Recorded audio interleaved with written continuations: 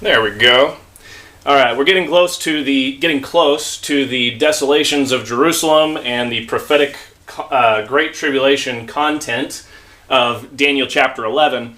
But before we get to that, we need to go over the relevant prophecy that leads up to that. And even though most of what I've covered so far in these previous lessons has been ancient history, I hope that you can take a step back and consider how much you've learned in these last 7 lessons. And also, now when you read Daniel chapter 11, at least up until the point where we're at, you actually know what the text is talking about. So that's a plus. And we've got a little bit more history to go through, but then we'll start getting into Antiochus Epiphanes and the things that happened with the Maccabees, and then it fast forwards to the time of the Great Tribulation and the Antichrist.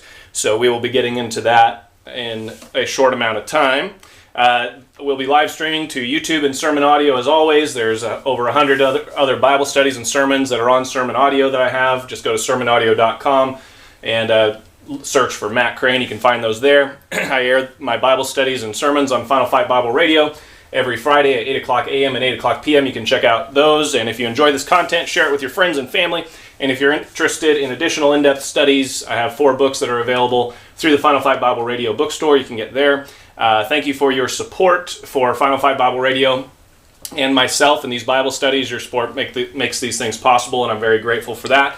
And finally, it is time for March Matchness on Final Fight Bible Radio. Every donation to Final Fight or our 9 foreign stations is matched dollar for dollar. You can get free t-shirts, hoodies, and there's all kinds of great things going on. So check out finalfightbibleradio.com or the mobile app for more information on that. All right. So the last 2 weeks, I've been talking about Antiochus III Megaman, the king of the north, and Ptolemy IV Philopator, the party animal, who is the king of the south. And last week, I took a short detour. Well, I should say 2 weeks ago. I was sick last week, but 2 weeks ago, I took a short detour on the possibility of 3rd Maccabees, the document that's been called 3rd Maccabees.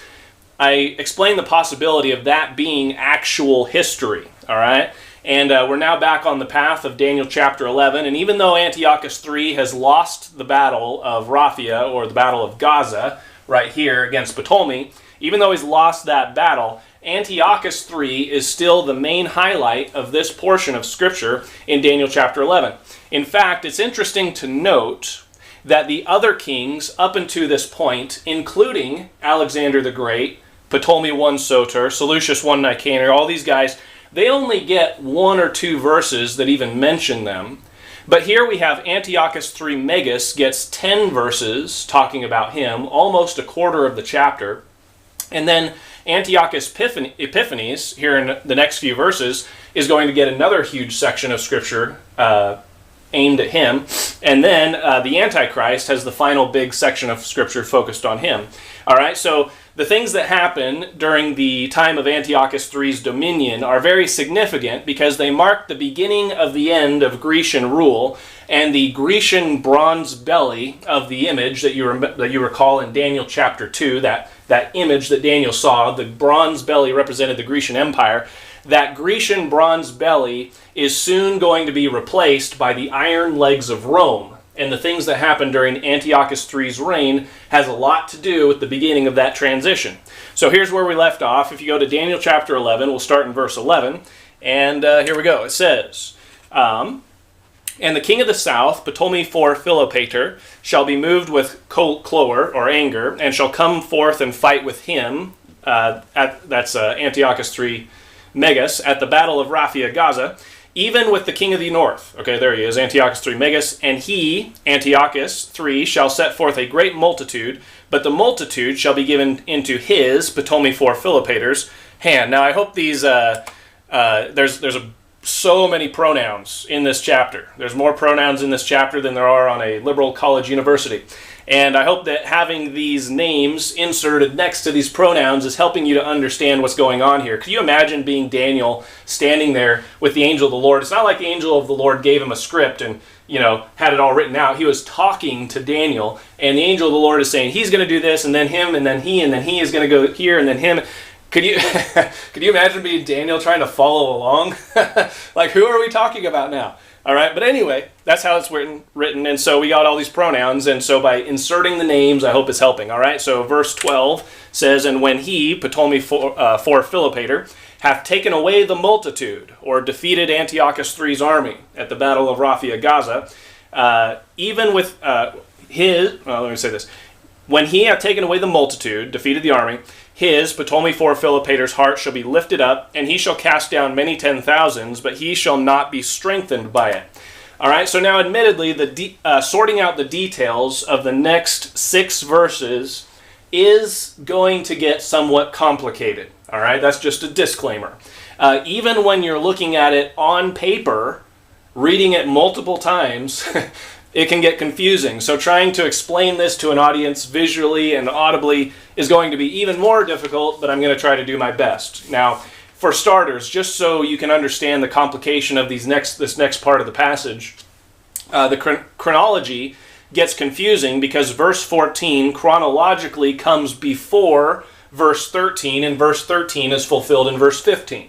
All right, so this is not going to be easy to get through, but I'm going to do my best, and hopefully by the time we're done, you'll understand it. Now, I'm not going to criticize the Bible or insist that God should have written this differently.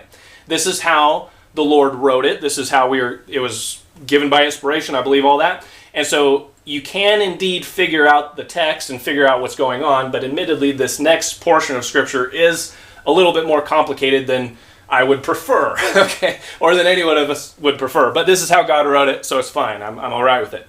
All right. So what we have is basically a summary or a parenthetical statement, if you will, except without the parentheses, which is going to begin in the second half of verse 12, and it's going to extend through verse 14. And as I alluded to a couple lessons back, the angel of the Lord's manner of speaking includes summaries. That is to say, he'll be going along and giving a chronological account of what's happening, but then he will loop back to summarize something that he just said. And it's important that you pick that up, because if you don't, you're just going to keep reading through the text and thinking that the chronology is continuing, when in reality, it's actually looping back to hit something else. And it's going to result in a lot of confusion. So I just have to point that out, because that's just how the text is written. All right, so chronologically, the passage goes like this. And when he, Ptolemy Philopator, hath taken away the multitude, or defeated Antiochus III's army, it says, his, Ptolemy Philopator's heart shall be lifted up. All right, and then chronologically it skips to verse 15. The next few verses are a parenthetical statement, and verse 15 says, so the king of the north, Antiochus III Megas, shall come, and cast up a mount, and take the most fenced cities, and the arms of the south shall not withstand, neither his chosen people, neither shall there be any strength to withstand. All right, so the last part of verse 12 through verse 14 is a summary, or it's a parenthetical statement, if you will. So the parenthetical statement, or the summary, is this. If you have your Bible, here's the parenthetical statement. And he shall cast down many 10,000s, referring to Ptolemy IV, but he shall not be strengthened by it. For the king of the north shall return, and shall set forth a multitude greater than the former, and shall certainly come after certain years with a great army and with much riches. And in those times there shall many stand up against the king of the south. Also the robbers of thy people shall exalt themselves to establish the vision, but they shall fall. So it's kind of like the angel of the Lord is going through and giving the chronology, and then he pauses, and then he's like, oh, FYI, Daniel, this and this and this and this. Now back to the story, verse 15. That's kind of what's happening here. All right, so the clue that this is a summary and not a continuation of the chronology is because the start of verse 12 says, and when he, Ptolemy Philopator, hath taken away the multitude, defeated Antiochus III's army, he, Ptolemy, his heart shall be lifted up. Okay, so we're here. W, right? Yeah. His heart shall be lifted up. And then there's a semicolon. You see that? His heart shall be lifted up, semicolon. And then it says, and he, Ptolemy Philopator, shall cast down many 10,000s, but he shall not be strengthened by it. All right. So the second part is talking about Ptolemy Philopator. And we know that because Antiochus III, his kingdom is going to get very strong. The text said, he shall not be strengthened by it. You say, is that talking about Ptolemy or Antiochus? It has to be talking about Ptolemy because Antiochus is about to get extremely powerful, and Ptolemy IV is going to get extremely weak. Okay, so Ptolemy IV is the one that doesn't get strengthened. All right, so it says he shall cast down many 10,000s, but he shall not be strengthened by it. The other issue here is that you would think, let's see, we got W. You would think that it says, okay, he defeats Antiochus at the battle of Rafia, and his heart shall be lifted up. Then it says, and he shall cast down many 10,000s. There's a tendency to think that, okay, well, that means after the battle of Rafia, he's going to go on to cast down many 10,000s after the battle. He's going to fight another battle where he's going to cast down many 10,000s. You know, he beats Antiochus here, his heart is lifted up, and then he goes on to beat down many 10,000s. The problem is that's not what happened. That's not at all what happened in history, so we have a problem. Okay? Historically, Ptolemy IV did not fight any other battles after the Battle of Rafia. Ptolemy IV was more interested in partying than fighting, and so history records that he actually avoided any further battles, and the only other skirmish in his life was putting down a rebellion that rose up among his own Egyptian subjects, but it doesn't seem like that's really what this verse is referring to. So seeing that Ptolemy IV Philopator did not go on to kill many 10,000s or to cast down many 10,000s after the Battle of Rafia, this last part of the verse is in Daniel is either wrong. Either the Bible got it wrong, and he did not go on to cast down many 10,000s. The angel of the Lord, he got most of it right, but he missed that one. Either that's the case, or we have to interpret it differently and say that what it's saying is that it's looping back, and that it is a summary of the Battle of Rafia. All right, let's look at that. So it says, and when he, Ptolemy IV Philopator, hath taken away the multitude, defeated Antiochus' army at the battle of Rafia, his, Ptolemy IV Philopator's heart shall be lifted up. Okay, so now the summary starts. Now we're going on a little tangent here, and it says, and he, Ptolemy IV Philopator, shall cast down many 10,000s. Again, it's looping back, talking about the 10,000s that he cast down at the battle of Rafia. All right, but he shall not be strengthened by it. He shall not be strengthened by his victory over Antiochus III. Now that does fit with history, because after this huge victory at the Battle of Rafia, which nobody expected, because you have Antiochus III Magus, a great military general, and this screwball, and he ends up beating Antiochus III at this battle. So after this huge victory, Ptolemy IV had the chance to pursue Antiochus Magus and take him out, and he could have, if he had had the wherewithal and the initiative and the responsibility, he could have come through and he could have taken over the entire Seleucid Empire at that time.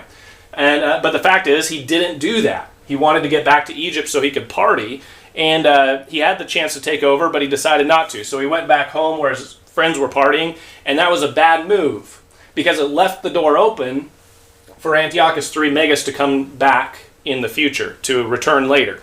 All right, so the summary continues here in verse 13, and it says, for the king of the north, Antiochus III, shall return. Now I wrote 15 years later. I should have wrote 19 years later. It's actually 19 years later, but I didn't get around to fixing my slide. Shall return 19 years later, and shall set forth a multitude greater than the former, and shall certainly come after certain years with a great army and with much riches. All right, and then it goes on to say this, and in those times there shall many stand up against the king of the south.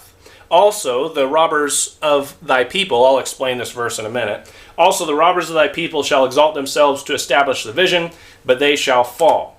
All right, so verse 12b through verse 14 is a weird portion of Scripture, because in that little section it reflects back on the Battle of Rafia, but then it also includes a few details about the Battle of Panium, which we haven't even gotten to yet. Okay?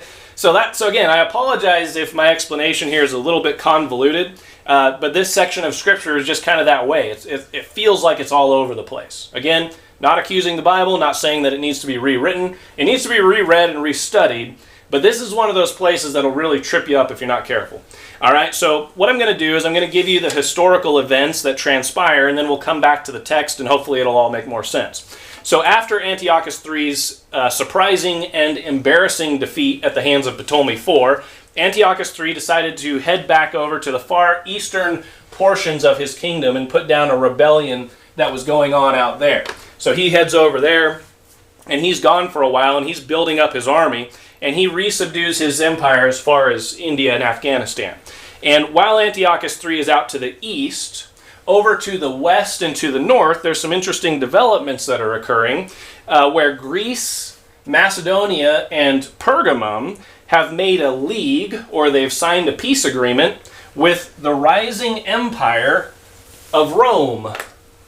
All right, so the Romans are starting to come into the picture, and you remember that Rome had already entered into a peace agreement with Egypt under Ptolemy II. So now Rome has a peace agreement, or has a league, with Egypt, Macedonia, Greece, and Pergamum. And what's happening is Antiochus III is quickly becoming the odd man out. And that's going to be a problem. So meanwhile, down south in Egypt, Ptolemy IV has killed his wife and is now romantically in love with someone else. Ptolemy IV has killed his wife, and he's romantically in love with a girl named Agathoclea. And he's also romantically in love with her brother Agathocles. Yes, you heard that right. All right, so Ptolemy IV then what he does is he just wants to party, do drugs, whatever. He's not interested in ruling his kingdom. That's just kind of a pain in the rear. So he basically turns the kingdom over, or basically lets Agathocles run the kingdom. He basically lets him and his sister run the kingdom. And so Agathocles, Agathoclea, and their mother are basically running everything. They get to choose. They're choosing who is going into places of power and authority. And Ptolemy, he's just high all the time. And at this time, it said that King Ptolemy IV himself had the least power and authority in his own kingdom. Out of all the people in the palace, he had the least power and authority. It's crazy, especially considering that his father, Ptolemy III Euergetes, had brought the kingdom of Egypt at this time to its greatest power. But he's ruining everything. And so what happens is Ptolemy IV dies shortly after this. Nobody really knows why. Maybe he was poisoned, not sure. But he dies shortly after this, which means that Agathocles and Agathoclea are soon going to be out of a job, because Ptolemy IV's son, who is Ptolemy V Epiphanes, he's only 5 years old at this time, he's soon going to be made king. So what happens is Agathoclea and Agathocles, they basically keep the king's death a secret for as long as possible, while they can steal as much stuff as they can from the palace. Because they know they're going to be kicked out soon, so they're taking as much wealth as they can, kind of like what the Clintons did when Bill Clinton was out of the presidency, kind of like that. All right, so Agathocles, though, he wanted to stay in power, so he didn't know what to do, so he kidnaps the king, the 5-year-old toddler King Ptolemy V Epiphanes. He kidnaps him and tries to leave the palace, but he's arrested and then he's executed, and basically his sister and mother then get arrested and they're brutally executed also. All right, so they're out of the picture. Now, Ptolemy V Epiphanes, he's made king, but he's only 5 years old and can't run the kingdom. So a guy named Aristomenes, a very respectable person, is made the regent of Egypt while the king is a toddler. All right. So Antiochus III, he's out here and he hears about how Ptolemy is dead, Ptolemy IV is dead, and how his son is only a toddler, is only 5 years old, running the kingdom. And so he sees an opportunity. Hey, I could go down into Egypt and capture it. This is a great opportunity. And so he knew he couldn't do it alone, because even though the king is young, Egypt is still a very powerful country at this time. He knows he can't do it alone, so he ends up calling up Philip V over in Greece, in the Greece area. I'm going to put the Romans down here. Antiochus gets a hold of Philip V and says, hey, we ought to take over Egypt for ourselves. They start coming up with a plot to take over Egypt. And Egypt owns a little bit of territory out here, and Philip V is very eager and keen to get this territory all for himself. So Philip V begins taking over Egyptian-held territory over here, while Antiochus III Megas starts taking back these areas of Syria and Lebanon that the Ptolemies had previously. So he starts taking this area back. All right? And this is the fulfillment of Daniel 11:14. All right? Verse 14, it says, in those times, it's 204 BC, there shall many, Antiochus V, or Philip V and Antiochus III with their armies, they'll stand up against the young king of the south, who is Ptolemy V Epiphanes, and also the robbers of thy people. We'll get to that part next. Okay. Oh yeah, then the verse makes this odd statement. Also, here we go. The robbers of thy people shall exalt themselves to establish the vision. but they shall fall. Now the question is, who are the robbers of thy people? Thy people, the angel of the Lord is speaking to Daniel, so thy people are obviously the Jews. But who are the robbers of thy people? Who are the robbers of the Jews? And what does it mean to establish the vision? Okay, so Clarence Larkin says in his commentary on Daniel that the robbers of thy people are Jews who are robbing other Jews. Basically, wicked Jews robbing their own people. And he says that Antiochus III comes into Israel, or when Antiochus III comes into Israel, these wicked Jews side with Antiochus III and they cause suffering to their fellow Jews, and in that respect, they exalt themselves. These Jews are exalting themselves to establish the vision of suffering upon the Jewish people. Now, honestly, I have not found any information, historical information, that substantiates that interpretation.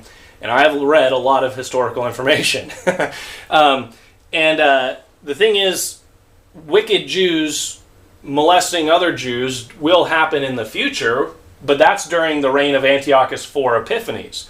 That doesn't happen during Antiochus III Megas's reign.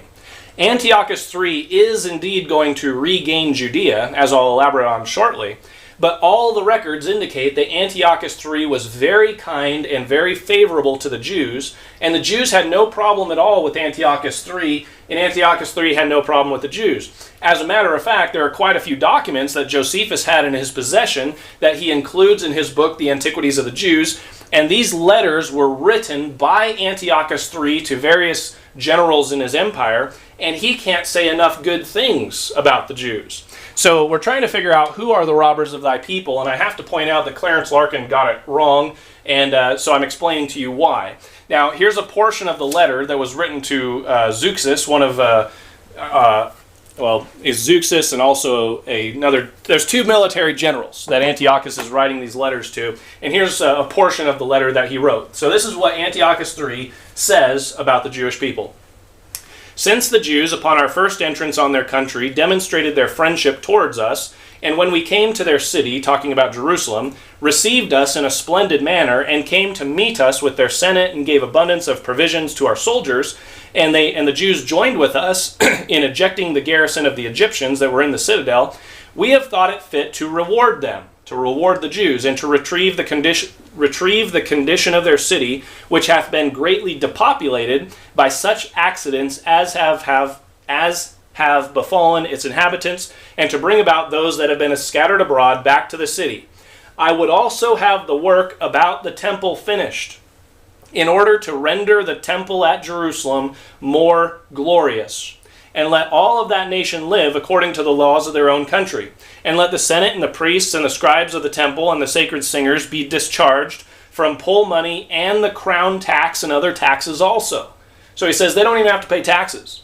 And that the city, Jerusalem, may the sooner recover its inhabitants. I grant a discharge from taxes for 3 years to its present inhabitants, and all those citizens that have been carried away and are become slaves, we grant them and their children their freedom, and give order that their substance be restored to them.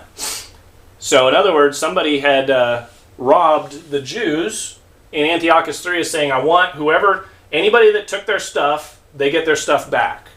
And so Josephus also states that Antiochus III also published a decree throughout all his kingdom. Antiochus III published a decree throughout all his kingdom in honor of the Jewish temple, and the letter contained as follows: it shall be lawful for no foreigner to come within the limits of the temple round about, which thing is forbidden also to the Jews, unless to those priests who, according to their own customs, have purified themselves. Now, I find this last part very interesting. Why is Antiochus III making a kingdom-wide decree in regards to who is and isn't allowed into the temple at Jerusalem? Why would that even be an issue on his mind, unless perhaps someone had recently tried to illegally enter into the temple? Namely, Ptolemy IV Philopator. All right? Remember, or Ptolemy IV, yeah, where'd he go? He's dead. Here we go. Remember? 3rd Maccabees? in the story of 3rd Maccabees, he tried to go into the temple.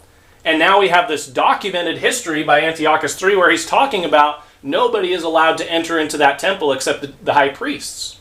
So this seems to lend some credibility to the authenticity of 3rd Maccabees. Anyway, Antiochus 3 was very kind to the Jews, and he regarded them so highly that he sent a letter to his governor in Babylon telling him to send 2,000 families of the Jews up into his northern territory to help him manage his estate and help him against his enemies.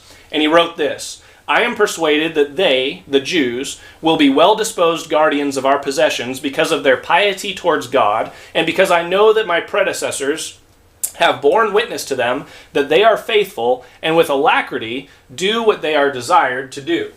So Antiochus 3, he was a friend to the Jewish people, all right? And the Jewish people loved him, and he was fine with them. He liked the Jews, okay? There's no animosity there whatsoever. So with that verifiable historical documented evidence in place, I don't think Larkin's interpretation of Daniel 11 verse 14 is correct, okay? Saying that it's wicked Jews siding with Antiochus against the Jews. There's no historical evidence to support that whatsoever. But what that means is we're back to our original question, who are the robbers of thy people? And what does it mean to establish the vision? Well, if the robbers of thy people are not the Seleucids, Antiochus and his army, they didn't rob the Jews. And if the robbers of thy people are not wicked Jews robbing other Jews, there's no evidence to support that, then who does that leave us with in our text, in the context, in the story? Well, by process of elimination, there's only one other group left that could have robbed the Jews, and that would be the Egyptians. Now let's consider that possibility for just a second. Verse 14, and in those times, 204 BC, there shall many, Philip 5 of Macedonia and Antiochus 3 Megas with their armies, stand up against the young king of the south, Ptolemy 5 Epiphanes. Okay, we've gotten through that. Also, the robbers of thy people, the Egyptians, the Egyptians were the robbers of the Jews, shall exalt themselves, the Egyptians shall exalt themselves to establish the vision, to bring great suffering and destruction upon Jerusalem. I'll talk about that in a second. But they, the Egyptians, shall fall. Now that's an interesting interpretation because by process of elimination, it seems that the Egyptians have to be the robbers of thy people. But again, that begs the question, when did the Egyptians rob the Jews within the recent context? Well, with all of the history that I've been reading and the research I've been doing on this subject, the only answer that I know of is what is recorded in the document called 3rd Maccabees. Remember, Ptolemy IV issued a decree that anyone who turned in a Jew to the authorities would receive a monetary reward and would get to keep the property of the Jews that they had caused to be arrested.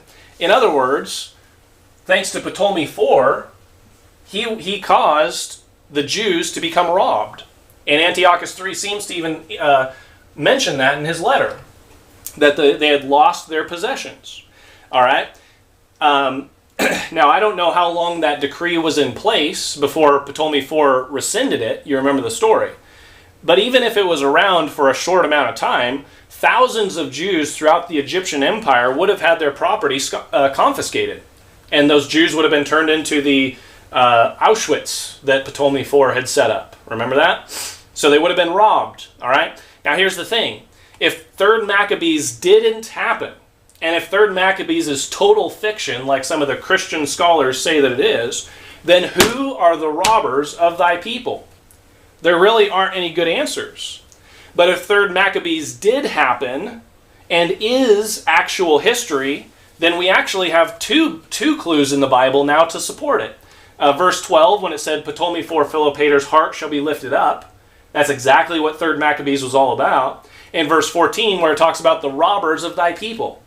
Again, supporting the story in 3rd Maccabees. Not to mention, the whole story of 3rd Maccabees is a ridiculously accurate pattern of what's going to happen in the tribulation period. So if you didn't see that lesson, go back and watch lesson number 7, and it talks about all that. So me personally, I am on the side, I am leaning towards the idea that 3rd Maccabees is actual historical history. And you can You can read it online. It's a real short document, but it's really interesting history. All right? I think it's history. I don't have any reason to doubt it. All right? So to establish the vision, okay, what does it mean to establish the vision? Well, the entire vision of the book of Daniel keeps centering around this decreed affliction, persecution, and desolation of the Jews during the Great Tribulation period under the Antichrist. You remember Daniel chapter 9, verse 26 and 27 says things like, unto the end of the war, the Great Tribulation, desolations are determined. They're determined by God. God's going to allow desolations in Jerusalem.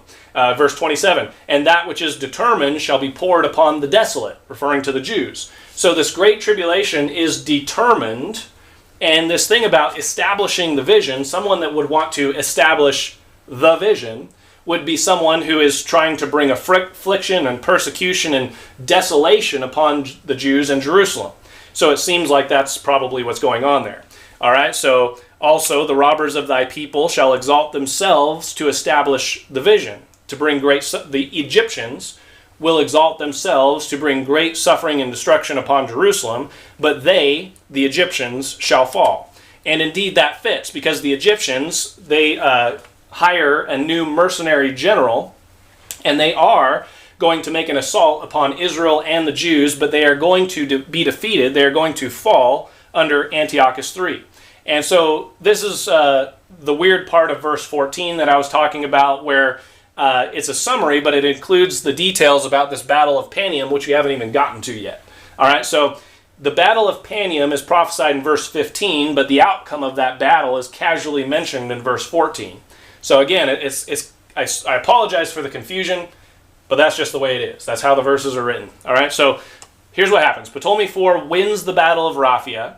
His heart is lifted up because of it, but Antiochus III is going to return 19 years later for a rematch, and he's going to win round 2 at the Battle of Panium. All right, so verse 15, here we go.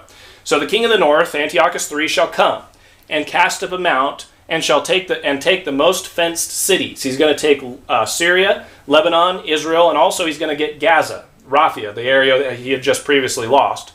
And the arms, or the army of the south, Egypt, shall not withstand. They're not going to be able to withstand Antiochus. Neither his, Ptolemy V Epiphanes, chosen people, his chosen people are going to be Scopas and his Aetolian army, which we'll talk about in a second. Neither shall there be any strength of Scopas and the Egyptians and the Aetolians to withstand Antiochus III. All right, verse 16. But he, Antiochus III, that cometh against him, Ptolemy V Epiphanes via Scopas, shall do it, because Ptolemy V is a kid. He's not fighting in battle, obviously. So Scopas is fighting on his behalf. All right, he shall do according to his, Antiochus III's own will, and none shall stand before him, Antiochus, and he, Antiochus, shall stand in the glorious land, which is Israel, which by his, Antiochus' hand, shall be consumed. And we'll talk about what that means here in just a second. All right, so there's a lot here. I'm trying to get through this passage of Scripture. We're almost done, so bear with me. But let me summarize what happened. So you recall that Philip V of Macedonia and Antiochus III had plotted together to defeat Ptolemy V, the toddler king. Philip V began taking over Egyptian-held territory up here. Antiochus III Mega starts coming down south, takes Syria and Lebanon, and starts trying to go after the land of Israel to take it back from the Egyptians. What happened was Philip V was quickly ordered to cease and desist by the Romans per the request of the Egyptians. All right, I'm just going to stick the Romans over here because here they come. The Egyptians had sent to Rome because they had a league with Rome, and they said, hey, we're under attack, can you help us out? So the Romans come over and say, hey, Philip, knock it off. Quit fighting with the Egyptians, they're our friends. Now, Rome had also had a league with Macedonia too, and so the Romans tell King Philip V that he is not allowed to have any kind of war with Egypt, and they have to get along. Okay, so Rome is the peacemaker. They're coming in and they say, hey, knock it off, quit fighting.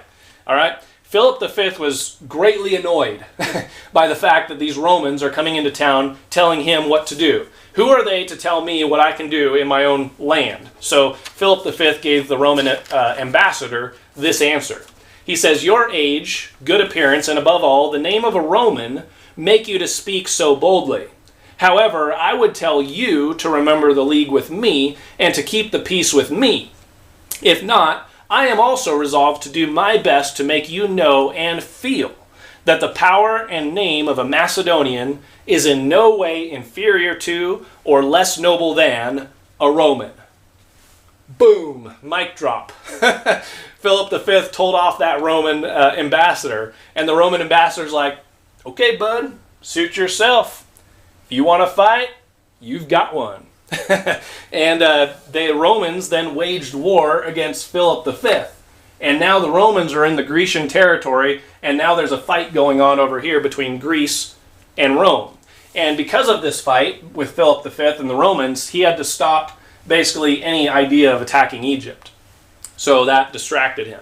Meanwhile, Egypt is dealing with the problem of Antiochus III. He's coming down. They deal with the problem of Antiochus by hiring a guy named Scopas. He's an Aetolian from this area in Greece. They hire him with some Aetolian armies to come down, and he's their mercenary general, and he's going to come up, and he starts fighting against Antiochus. And so they basically start fighting back and forth in this land of Israel, and Antiochus III is successful, and Scopas is pushed back, and Scopas pushes him back and forth, and Jerusalem is basically caught in the middle of this skirmish between these two kings. And Josephus records that Scopas, quote, overthrew the nation of the Jews. But the thing is, there's not a whole lot of elaboration on that statement. Josephus doesn't elaborate on just to what extent he overthrew the Jews. It doesn't seem like there's a lot of historical information that talks about how Scopas attacked Israel and what he did to the Jewish people at this time. There's just not a lot of history that I've been able to uncover anywhere that talks about it. However, Josephus does state that Scopas at one point had, quote, overthrown the nation of the Jews. So I don't know to what extent he overthrew them, but I reckon it must have been pretty bad, because Daniel 11:14 seems to be talking about this, where it says, they, the Egyptians, shall exalt themselves to establish the vision. In other words, their intentions were to overthrow the Jews and take Jerusalem for themselves, like what will happen in the tribulation. And their intention was to cause great suffering to the Jewish people. But Scopas was never able to fully carry out his plans because of his continual battle with Antiochus III.